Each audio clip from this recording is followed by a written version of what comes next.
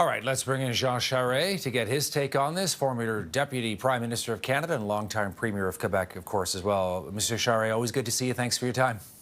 Thank you, Todd. All right, your take on what you just heard there from President Trump. What does it mean? Well, Todd, I mean, President Trump is in a category of his own, with the good and the bad. You know, negotiating with President Trump there's nothing conventional about it, nothing at all. And you know, this ad, as far as I was concerned, isn't a big story, but rather a distraction. And so we just have to learn to roll with the punches and focus, Todd, on what our core interest is. And what our core interest is to preserve, even enhance, the trade agreement that we have with the United States and Mexico right now. Stay on that and mitigate the effects of these tariffs on steel, aluminum, on lumber, autos. And as long as we stay on our game plan, we should come out of this in a better place than we are right now. So you're saying not to get distracted by all the noise or arguably the circus and the theatrics? Well, you know, the Prime Minister's job is to deal with President Trump, as is, you know, every single Prime Minister in the history of the country. One of the main jobs of any Canadian Prime Minister is managing that relationship with our American neighbor, who happens to be a superpower.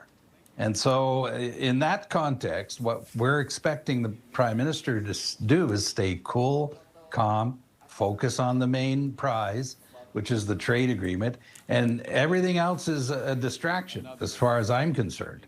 And stay away from the distractions.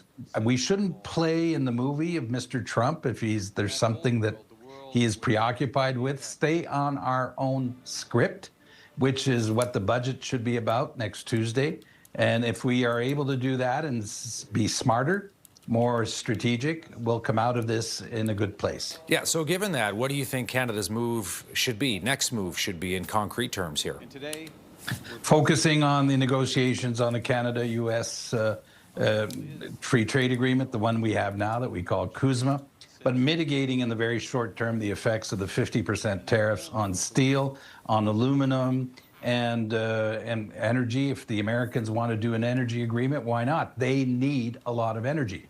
But Canada wants to be a partner of the United States. It's not that we're the only place in the world they can do business. We happen to think we're the best place in the world they can do business, whether it is energy, strategic minerals, whether it is dealing with potash.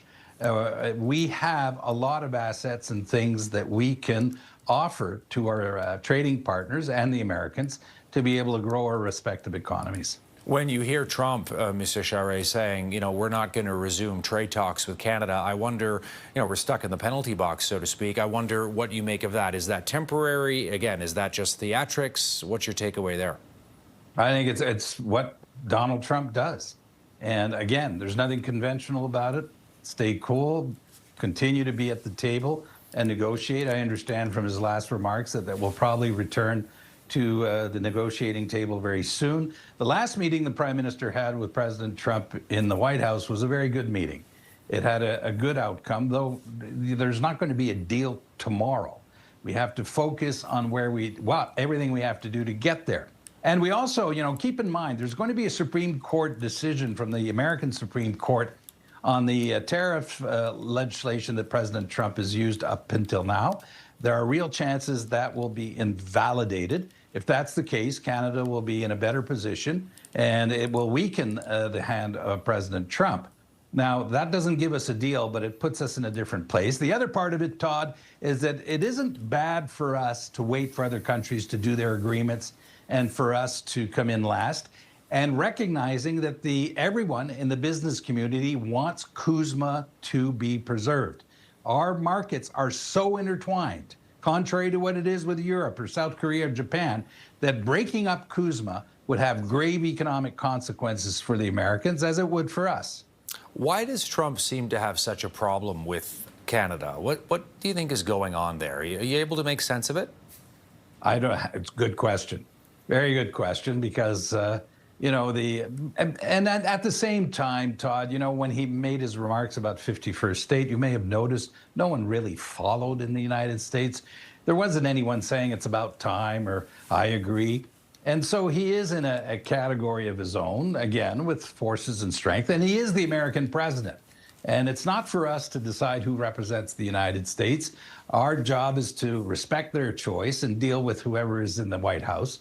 And so it's up and down with Canada, but we'll just have to bear through it as we make our way in getting a trade agreement, a new trade agreement with our American neighbor. You were in politics for many, many years, and I'm just curious what you think is going on behind the scenes in the Carney cabinet when this kind of thing happens, and how frustrating or upsetting or just, you know, totally bizarre it must be for the Canadian government to deal with this basically on a daily basis, Mr. Charest. There's nothing conventional about the way Donald Trump negotiates. Absolutely nothing. There are no rules, Todd. And what I do know is that the Prime Minister just says, let's stay cool, stay focused, stay on our plan, let's be smart about how we deal with this. There's no panic. We just have to stay very, very cool and strategic and smart, and that's what we're doing now. Jean Charest, former Premier of Quebec, former Deputy Prime Minister of Canada. Great to see you as always, Mr. Charest. Thanks for this today. Thank you, Todd.